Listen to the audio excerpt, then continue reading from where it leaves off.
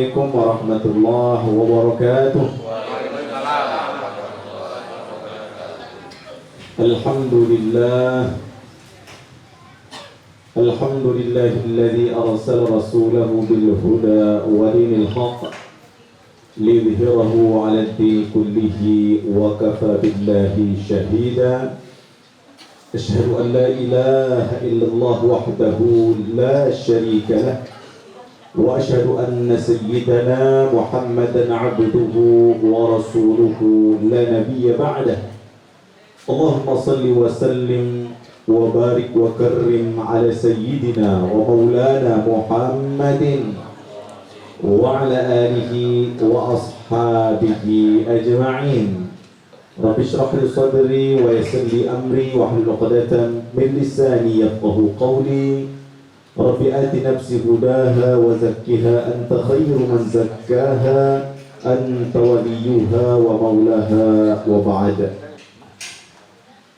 Bapak Ibu kaum muslimin dan muslimat, jamaah Majelis Taklim At-Tawwabin yang dimuliakan Allah Subhanahu wa taala. Alhamdulillahirabbil alamin. Tentunya segala puja dan puji hanya milik Allah Subhanahu wa taala. Kita bersyukur Allah panjangkan umur kita sehingga saat ini kita sudah berada di bulan yang sangat istimewa, yaitu bulan Sya'ban. Kita sering berdoa sebagaimana yang diajarkan oleh Rasulullah SAW. Hafal doanya Bapak Ibu. Allahumma barik lana fi Rajab wa Sya'ban wa ballighna Ramadan. Ya Allah, berkahilah kami pada bulan Rajab, bulan Sya'ban, dan sampaikanlah kami ya Allah pada bulan suci Ramadan. Amin. Allahumma amin. Salawat dan salam semoga senantiasa tersampaikan kepada junjungan agung kita Nabi besar Muhammad sallallahu alaihi wasallam, Rasul yang senantiasa kita harapkan syafaatnya, Rasul yang senantiasa kita jadikan suri tauladan dalam kehidupan kita sehari-hari. Bapak Ibu yang dimuliakan Allah, mari kita baca tasbih yang biasa kita lantunkan. Silakan nanti ikuti Ustadz ya. Subhanaka subhanak subhanaka la ilma lana illa ma 'allamtana innaka antal alimul hakim. Subhanaka subhanak subhanaka la ilma lana illa ma 'allamtana innaka antal alimul hakim. Maha suci Allah, di mana seluruh ilmu hanya milik Allah Subhanahu wa taala. Kita berharap Allah anugerahkan ilmu yang bermanfaat, ilmu yang berguna, yang bisa membimbing kita untuk mengarungi kehidupan kita di dunia yang pada ini. Amin. Allahumma amin. Bapak Ibu yang dimuliakan Allah, apa kabar semuanya? Alhamdulillah sehat? Alhamdulillah.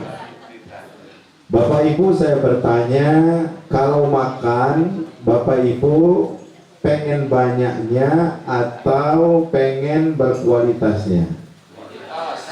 Yang serius.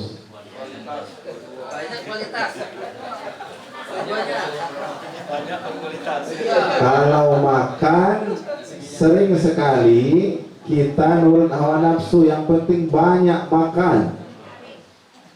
Dak tahunya yang kita makan gizinya kurang. Ya dah. Pertanyaan berikutnya, kalau beramal kira-kira kita ini yang penting banyaknya atau yang penting kualitasnya?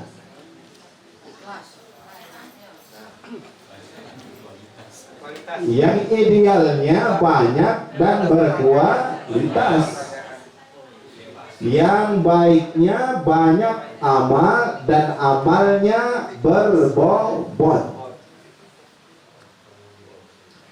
Tapi tidak sedikit kita sering memperhatikan yang penting amal itu kelihatan banyak, tapi kita lupa memperhatikan kualitas amal kita tersebut. Maka ini sangat penting untuk kita pelajari. Kata Bapak Ibu yang bukan Allah SWT, amal-amal yang kita kerjakan baru bisa bermanfaat, bisa berguna bagi kita kalau amalnya berkualitas. Dalam sebuah hadis disebutkan, nanti pada hari kiamat, kata Rasulullah SAW, akan datang orang yang badannya besar, gemuk. Ini perumpamaan orang tersebut datang membawa amal-amalnya. Tidak usah nengok badan dewek-dewek enak.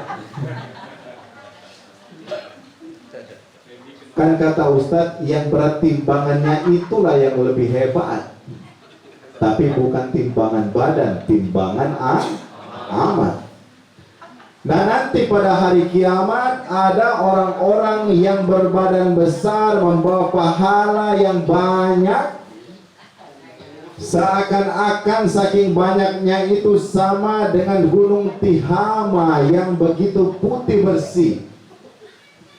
Tapi ketika ditimbang Bapak Ibu, ternyata amal-amal yang banyak tersebut dibanding dengan satu sayap nyamuk, lebih berat sayap nyamuk dibanding tumpukan-tumpukan amal-amalnya.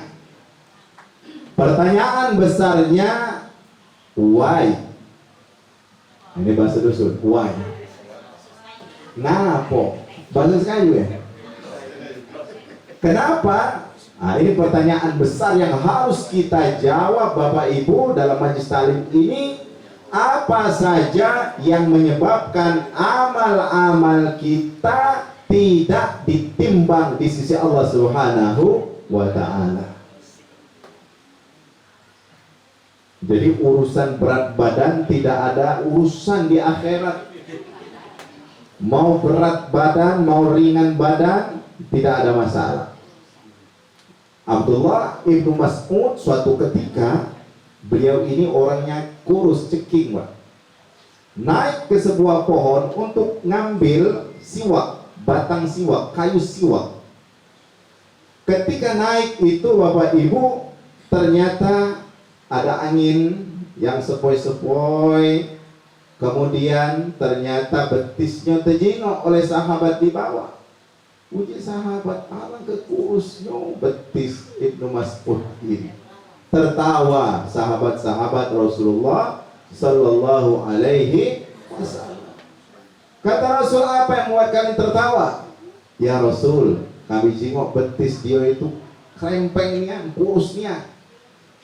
Kata Rasul, tahu tidak? Betis yang krempeng itu kalau ditimbang, ya, maka dia lebih berat dari gunung Uhud. Bukan betisnya, pahala betisnya Abdullah ibnu Mas'ud tersebut. Kenapa?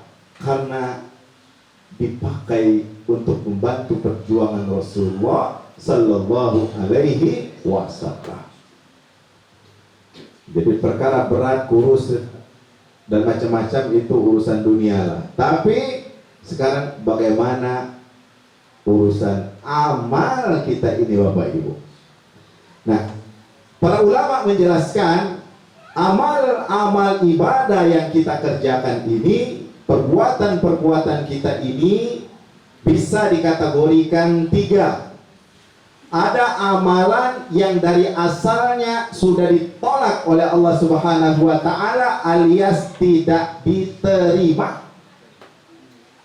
Yang kedua, ada amalan-amalan karena syarat-syaratnya tidak terpenuhi, maka amalnya itu tidak diterima juga.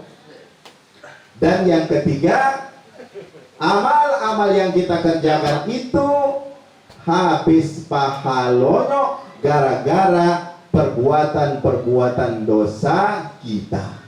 Yang pertama tadi dari asalnya sudah ditolak. Siapa ini yang beramal? Mereka adalah orang-orang yang tidak beriman kepada Allah Subhanahu wa ta'ala. Sebanyak apapun amal yang mereka kerjakan, Bapak Ibu, nyumbang, bantu wong, tapi kalau tidak ada iman di dalamnya, maka itu hanya dia dapatkan di dunia saja. Dicatat sebagai donatur terhebat, tapi sayang dia tidak punya tauhid di dalamnya, tidak ada keimanan di dalamnya. Maka dalam akidah kita Ahlussunnah wal Jamaah meyakini amal-amal yang tidak didasari dengan keimanan, bukan diperbuat oleh orang yang beriman, maka amalnya langsung tertolak. Dalam Al-Quran disebutkan, وَقَدِمْنَا إِلَى مَا عَمِلُوا مِنْ عَمَلٍ فَجَعَلْنَاهُ هَبَاءً مَنْثُورًا. Kami datangkan, kata Allah, kami perlihatkan semua amal-amal mereka, lalu kami jadikan ja'alnahu haba'an mansura, kami jadikan amal-amal tersebut seperti debu-debu yang ditiup angin alias habis. Pernah tidak Bapak Ibu kita melihat debu atau pasir yang bagus, lembut, ya tak? Lemaknya mijaknya, tapi pas datang tiupan angin ini, kipas angin, melayang habis semua debu-debu tersebut, tidak tahu kemana perginya. Itulah perumpamaan amal perbuatan seseorang yang tidak dilandasi oleh keimanan kepada Allah Subhanahu wa ta'ala. Jadi di satu sisi kita boleh mencontoh mereka, orang-orang yang boleh jadi. Kalau kita mau cek Bapak Ibu, orang-orang yang kaya yang tidak beragama Islam, banyak mereka menyumbang. Bill Gates misalnya, luar biasa untuk kemanusiaannya. Tetapi bagi kita kaum muslimin, semua yang dikerjakan itu menjadi haba'an mansura, seperti debu yang berterbangan, tidak ada manfaat di sisi Allah Subhanahu wa ta'ala. Maka kita bersyukur Allah berikan, titipkan keimanan di dalam diri kita ini. Ketika kita memiliki keimanan Bapak Ibu, berarti Allah Subhanahu wa ta'ala mencintai kita. Dalam sebuah hadis disebutkan, innallaha yu'tid dunya liman yuhib wa man la yuhib wa la yu'til iman illa man yuhib. Sesungguhnya Allah Subhanahu wa ta'ala memberikan kenikmatan dunia kepada siapa saja, baik mereka yang Allah cintai maupun yang tidak Allah cintai. Tetapi Allah hanya memberikan keimanan kepada orang-orang yang Allah cintai. Artinya Bapak Ibu, ketika kita sudah beriman, maka secara otomatis kita saat ini tergolong orang-orang yang dicintai Allah Subhanahu wa ta'ala. Maka harus kita rawat cinta Allah ini dengan merawat keimanan kita. Yang kedua Bapak Ibu, amal perbuatan tidak akan diterima pahalanya, tidak akan diterima di sisi Allah Subhanahu wa ta'ala. Kenapa? Karena syarat-syarat diterima amalnya itu hilang. Ada dua syarat diterima amal itu. Yang pertama, al-ikhlas. Apa yang pertama? ikhlas. Wa ma umiru illa liya'budullaha mukhlishina lahuddin.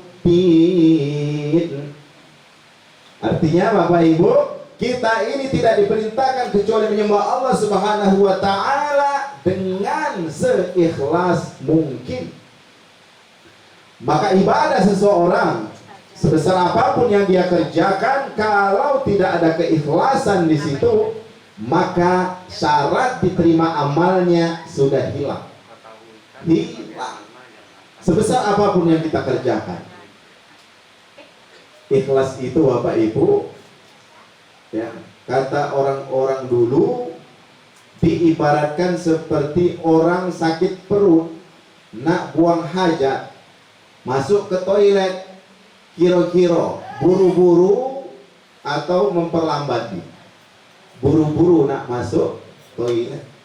Setelah masuk toilet, kira-kira Bapak Ibu, setidak dia apa yang dia makan dia keluarkan lagi.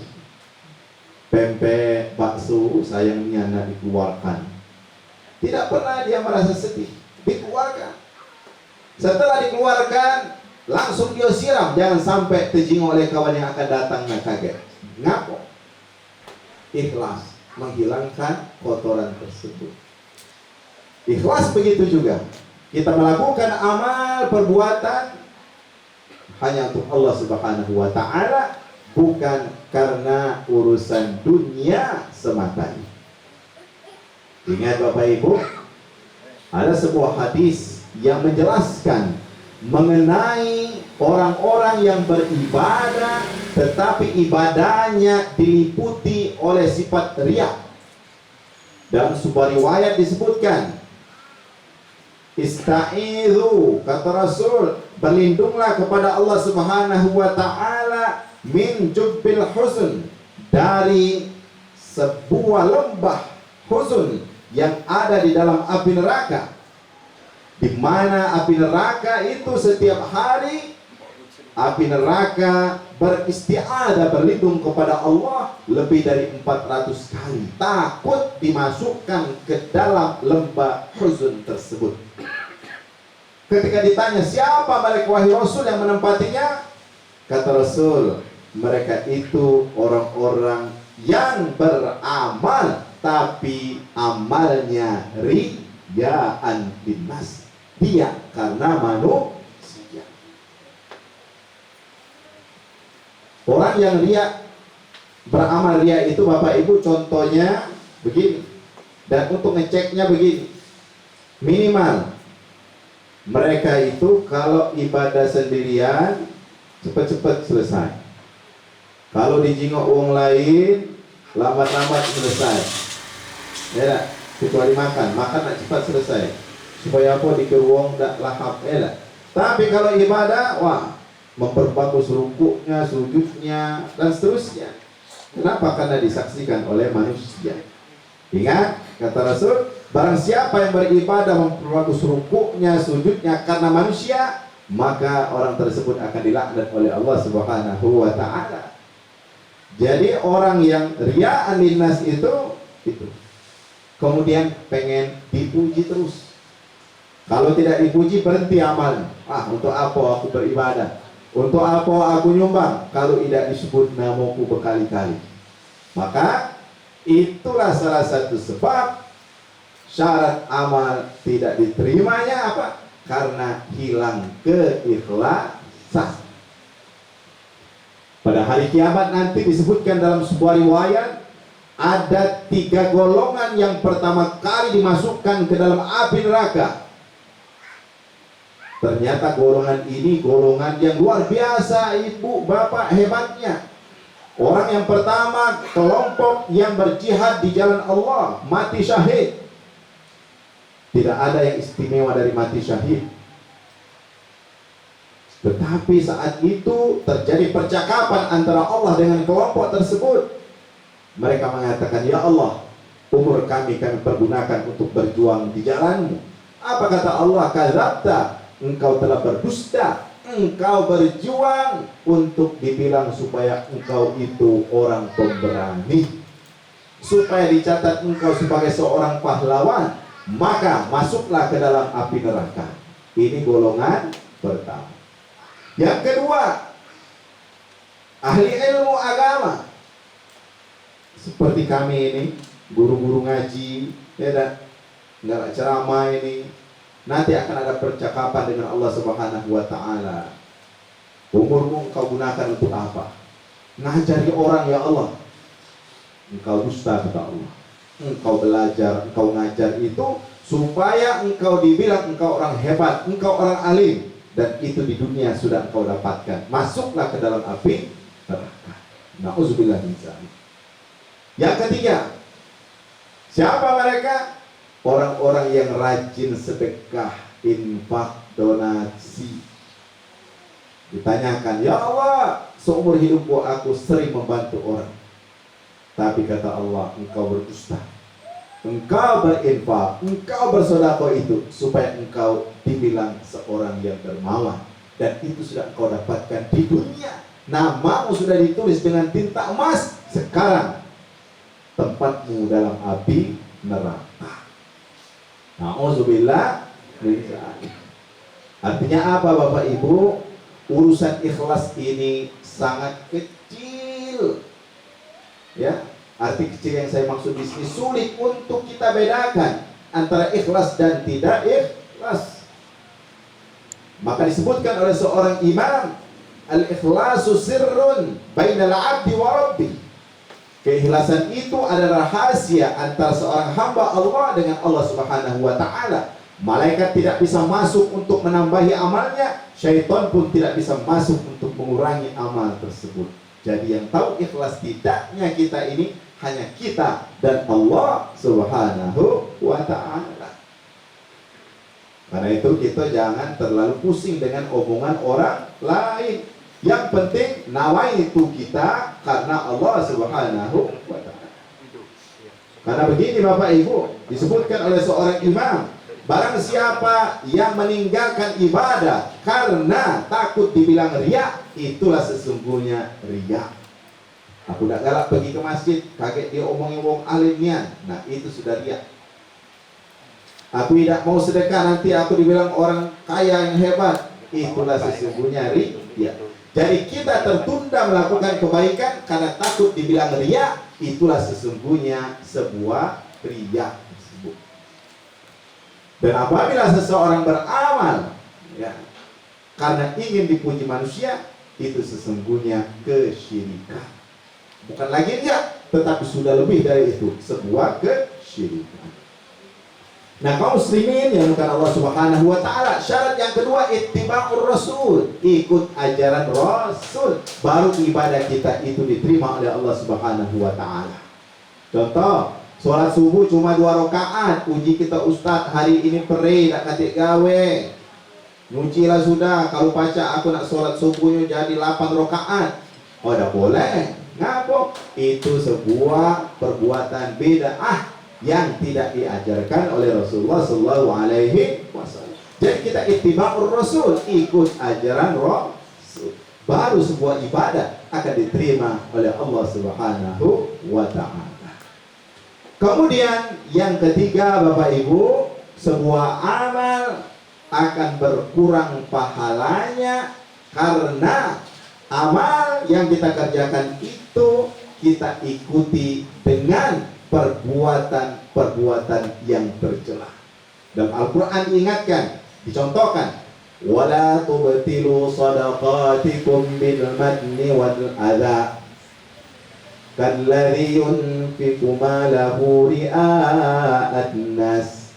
Janganlah kalian batalkan, rusak sedekah-sedekah kalian itu bil manni wal adha, menyakiti orang yang menerima.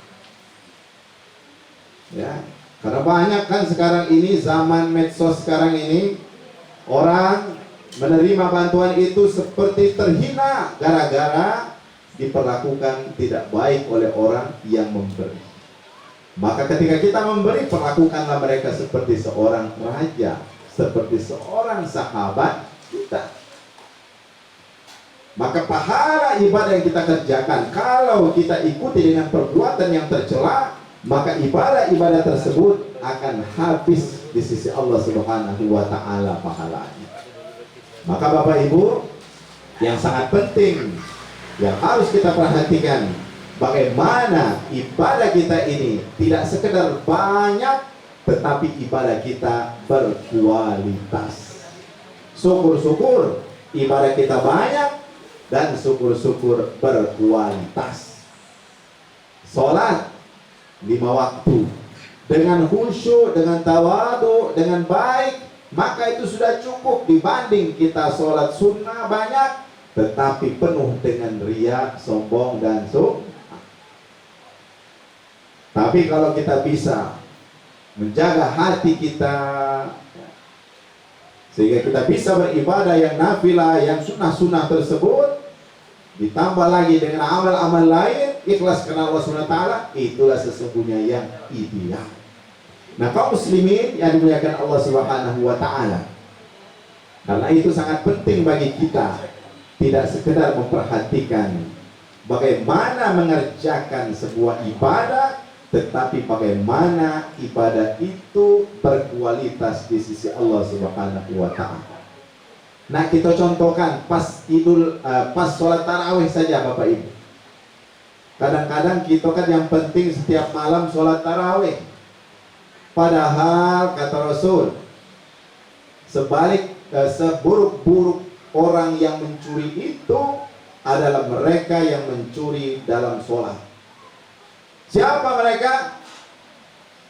Mereka yang tidak menyempurnakan rukuknya, tidak menyempurnakan sujudnya, tidak menyempurnakan i'tidalnya. Mereka itulah pencuri dalam sholat. Jadi kaget kita jengok pas Ramadan, kalau yang cepat tunggang-tunggit baik, nah ini pencuri dalam sholat, lebih dahsyat dosanya.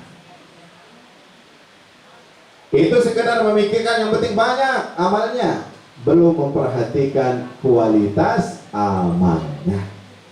Nah, kaum muslimin yang kepada Allah Subhanahu wa taala, inilah poin penting yang perlu kita bicarakan pada hari ini. Semoga yang singkat dan padat ini memberikan pencerahan kepada kita. Mari kita usahakan setiap amal yang kita kerjakan, amal kita berkualitas di sisi Allah Subhanahu wa taala. Betul-betul kita kerjakan karena Allah. Dan ingat, kalau niat kita dimulai dengan yang baik, kemudian di pertengahan jalan muncul riya, sombong, maka segera robah lagi niat itu, kembalikan kepada niat semula.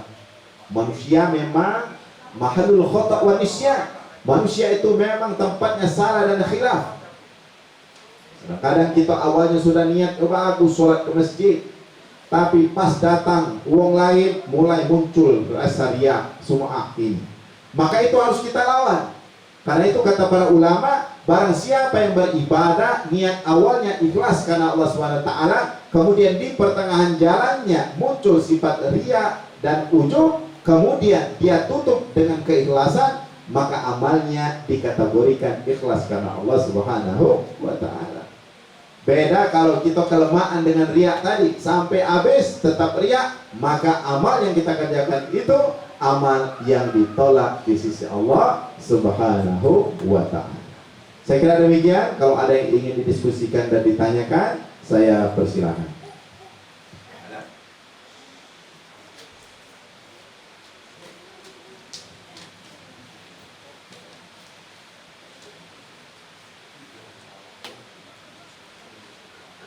Pertanyaan pertama, ketauhidan yang bagaimana yang akan menjadi dasar diterimanya sebuah amalan. Nah, tauhid itu artinya mengesahkan Allah Subhanahu wa ta'ala. Tauhid, selama kita meyakini pencipta kita Allah Subhanahu wa ta'ala, kita meyakini ada hari kiamat, kita meyakini rukun iman, rukun Islam, itu sudah benar tauhid kita. Terlepas nanti perbedaan Pak dalam mazhab tauhid ini macam-macam, itu sudah bukan lagi urusan yang pokok, itu sudah urusan yang cabang. Kita membacakan banyak perdebatan dalam urusan tauhid ini, tetapi yang harus kita yakini bahwa kita percaya kepada Allah SWT, percaya ada hari akhirat, kemudian kita percaya dengan rukun iman, rukun Islam, itulah tauhid yang sebenar-benarnya. Masalah kakek, perdebatan tentang tauhid ini, bisakah kita melihat Allah atau tidak, itu sudah perdebatan orang-orang alim, bukan lagi perdebatan orang-orang awam. Jadi kita tidak perlu masuk ke dalam wilayah tersebut. Allah di mana? Allah di langit atau di bumi atau di mana? Itu sudah perdebatan yang bukan lagi terkait dengan usul dalam akidah. Itu sudah bicara tentang pemahaman sesuai dengan akal yang dimiliki masing-masing orang. Nah, itu yang maksud ya tauhid. Kemudian pertanyaan berikutnya, Assalamualaikum, tanya Ustadz, amalan apa yang lebih utama kita lakukan setelah selesai sholat fardu apabila kita tidak cukup waktu, terburu-buru? Membaca surah Al-Fatihah dan doa, atau membaca surah Al-Fatihah ayat kursi dan doa, atau membaca surah Al-Fatihah plus ayat kursi dan zikir, atau melafazkan zikir saja? Nah, kalau kita lihat pertanyaan kalimat terakhir ini, melafazkan zikir, Fatihah itu juga zikir, doa itu juga zikir, ayat kursi itu juga zikir. Jadi sesuai kemampuan kita apa yang bisa kita baca.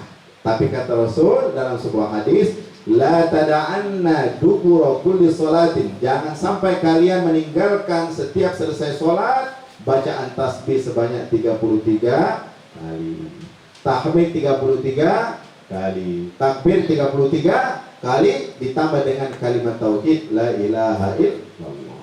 Nah, itu hadisnya ya. Bagus ini, silakan dipilih mana yang bisa kita baca, baik itu Al-Fatihah atau doa, atau ayat kursi atau zikir. Semua ini terkategori zikir, ingat kepada Allah Subhanahu wa ta'ala. Tetapi menurut riwayat yang kita baca tadi, membaca tasbih, tahmid, takbir, dan tahlil. Itu. Apakah ada riwayat Rasulullah membaca Al-Fatihah dan doa? Ada, boleh, silakan. Jadi karena pertanyaannya terburu-buru, tidak cukup waktu, disesuaikan dengan kondisinya. Pertanyaan berikutnya, maaf di luar tema, bagaimana seharusnya seorang imam bersikap sebelum melaksanakan sholat berjamaah? Seorang imam disebutkan innama ju'ilal imamu liyutamma bih, sesungguhnya imam itu dijadikan untuk menjadi panutan.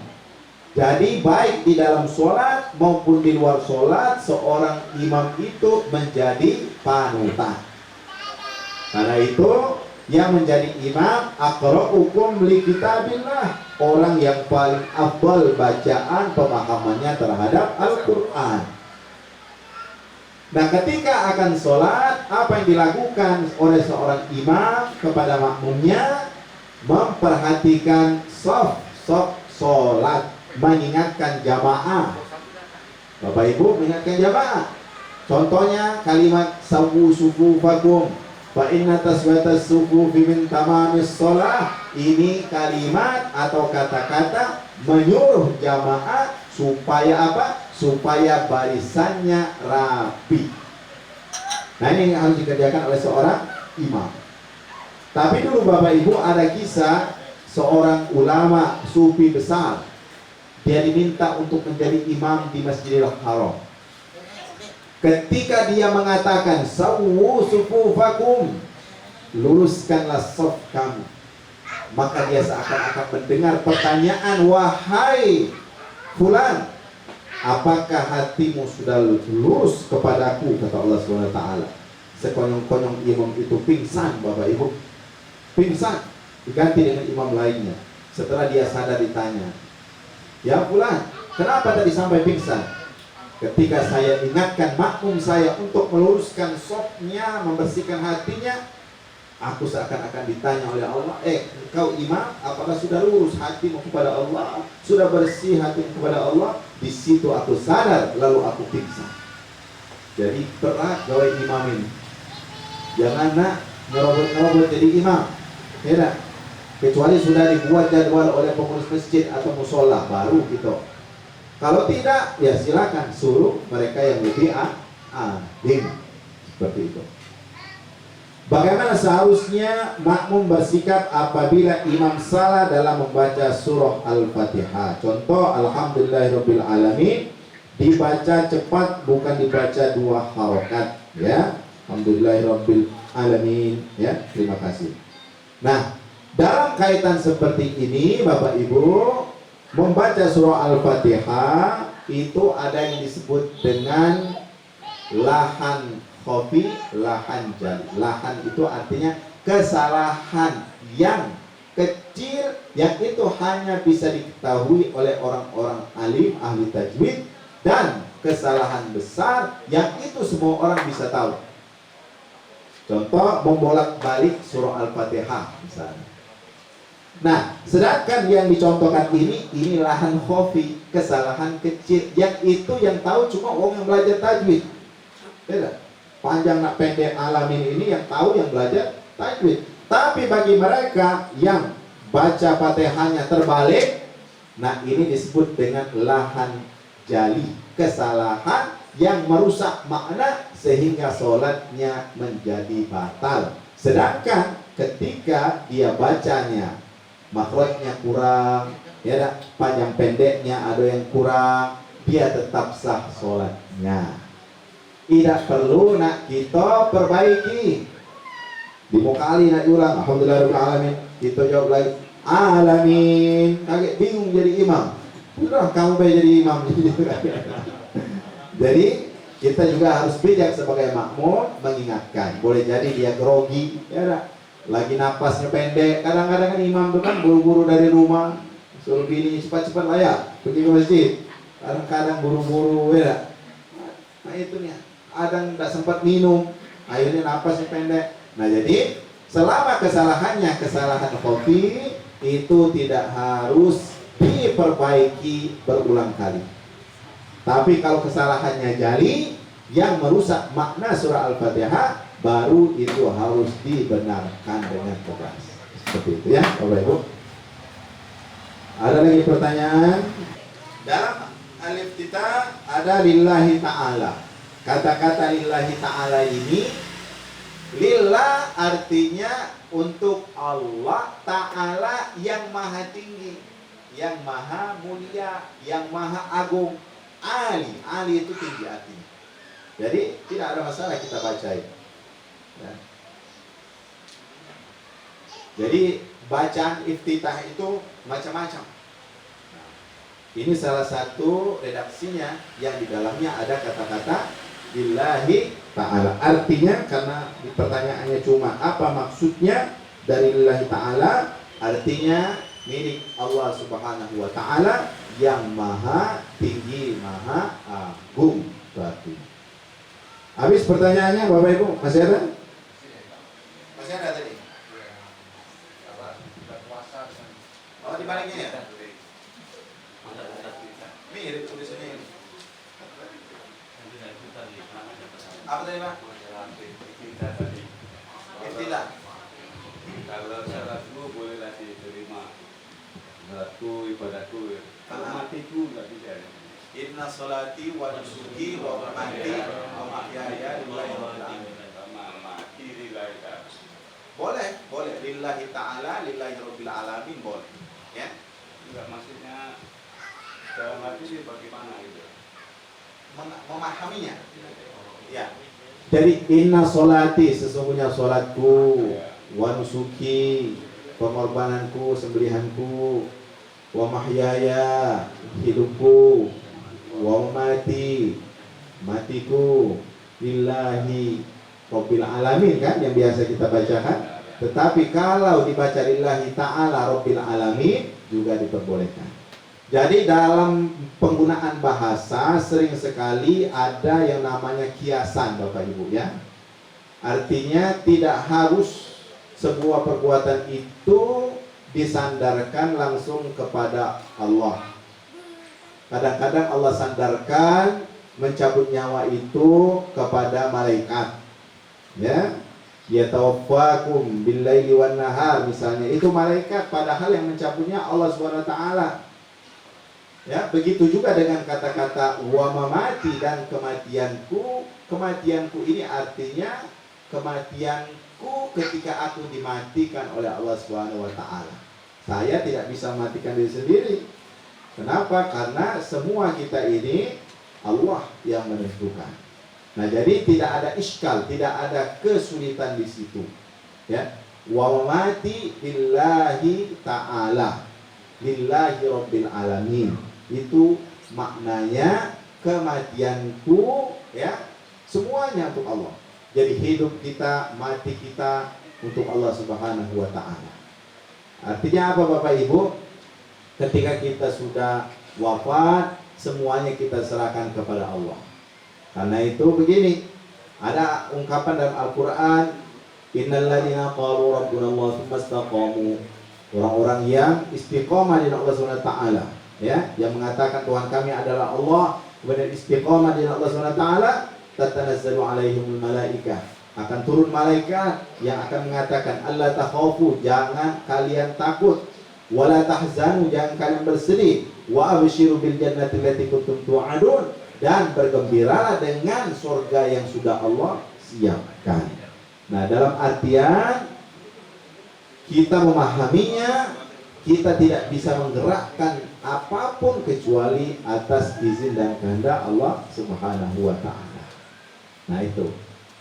Apalagi yang membingungkan Bapak? Kata-kata orang mati tadi, kematianku. Jadi saya berpikir begini, saya sholat karena Allah, keikhlasan, karena Saya sholat karena Allah. saya sholat karena Allah. Iya, betul. Jadi kita sholat, pada hakikat semua yang kita gerakkan ini karena kehendak Allah Subhanahu wa taala. Termasuk hidup dan wafat kita dalam kekuasaan Allah SWT. Jadi kalau kita tidak mau pusing tadi, yang dimaksud hidupku dalam kekuasaan Allah, kematianku dalam kekuasaan Allah. Bukan aku yang mematikanku dengan kekuasaanku, bukan aku yang menghidupkanku dengan kekuasaanku. Itu yang dimaksud dengan kalimat wa mati billahi ta'ala atau billahi rabbil alamin. Istilahnya begini, saya bisa sholat karena Allah. Betul. Oh iya. Semua amal perbuatan kita semuanya karena irodah, kehendak dan takdir Allah Subhanahu wa taala. Maka kita manusia ini Pak, ada kata-kata yang harus kita ucapkan, la haula wala quwata illa billahil aliyil azim. Kita tidak ada daya upaya, tidak ada kekuatan sedikit pun.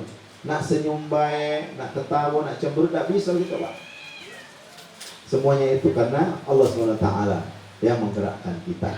Nah, kalau sudah sampai ke tahap itu sudah makom tinggi pemahaman tauhid Bapak. Artinya apa? Kita sudah meyakini bahwa kita ini digerakkan oleh Allah Subhanahu wa taala. Selanjutnya, apa yang harus dipersiapkan dalam menyambut bulan suci Ramadan?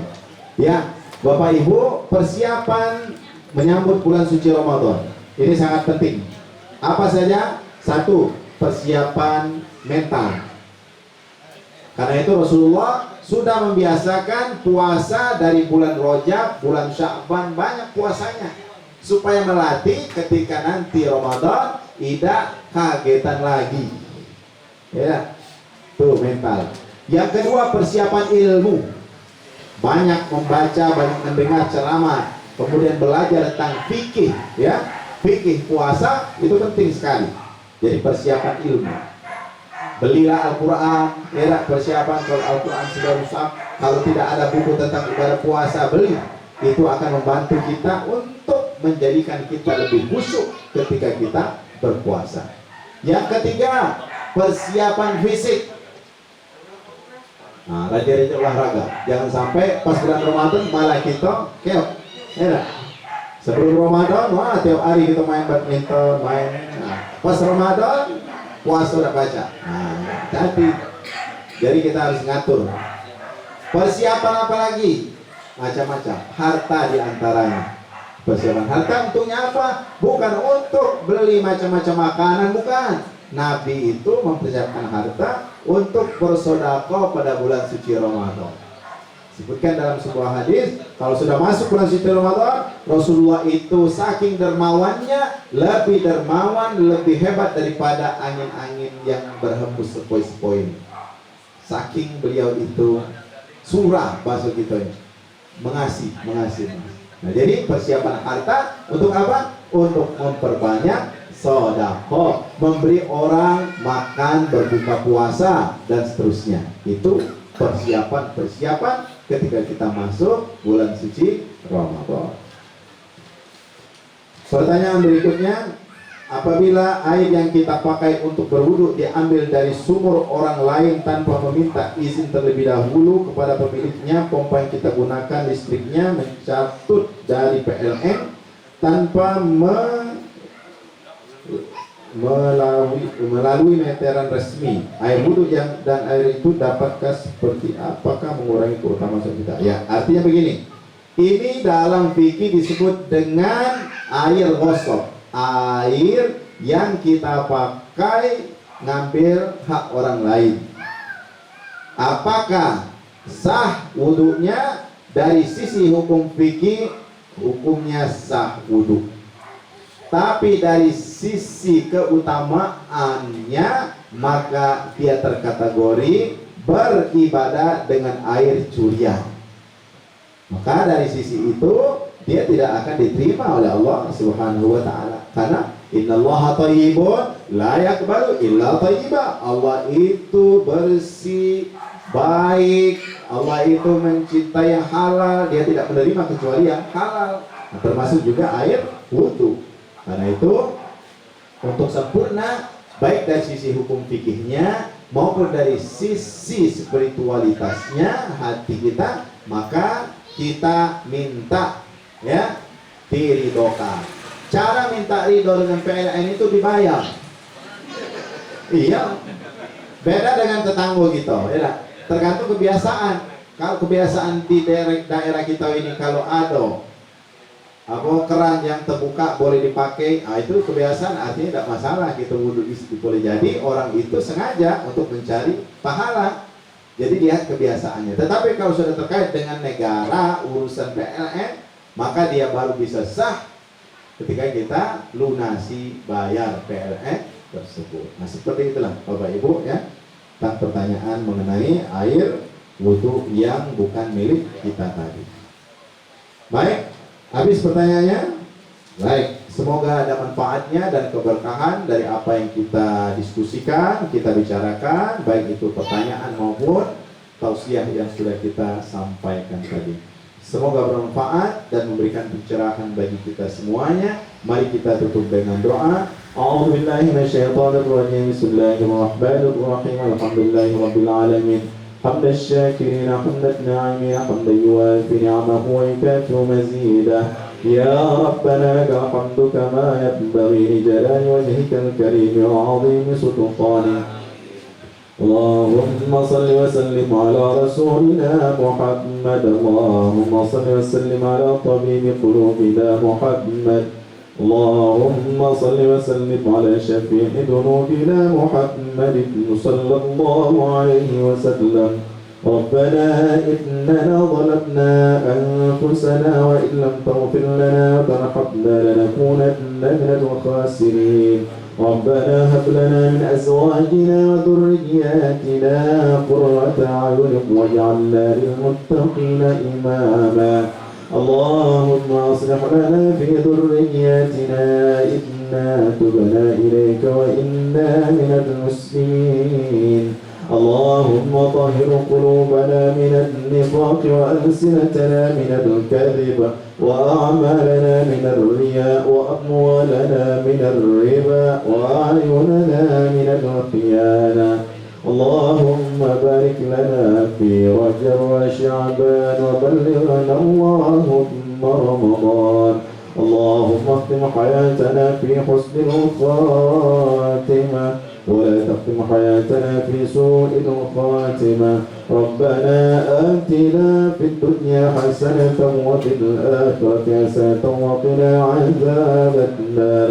سبحان ربك رب العزة عما يصفون وسلام على المرسلين والحمد لله رب العالمين. تقبل الله منكم بالله ومنكم تقبل يا كريم. والسلام عليكم ورحمة الله وبركاته. Waalaikumsalam warahmatullahi wabarakatuh.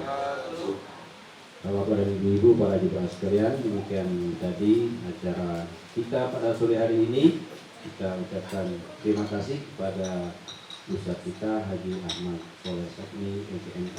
Baik, kita tutup acara kita dengan melafazkan hamdalah, alhamdulillahirabbil alamin, bila taufiq wal hidayah. Wassalamualaikum warahmatullahi wabarakatuh.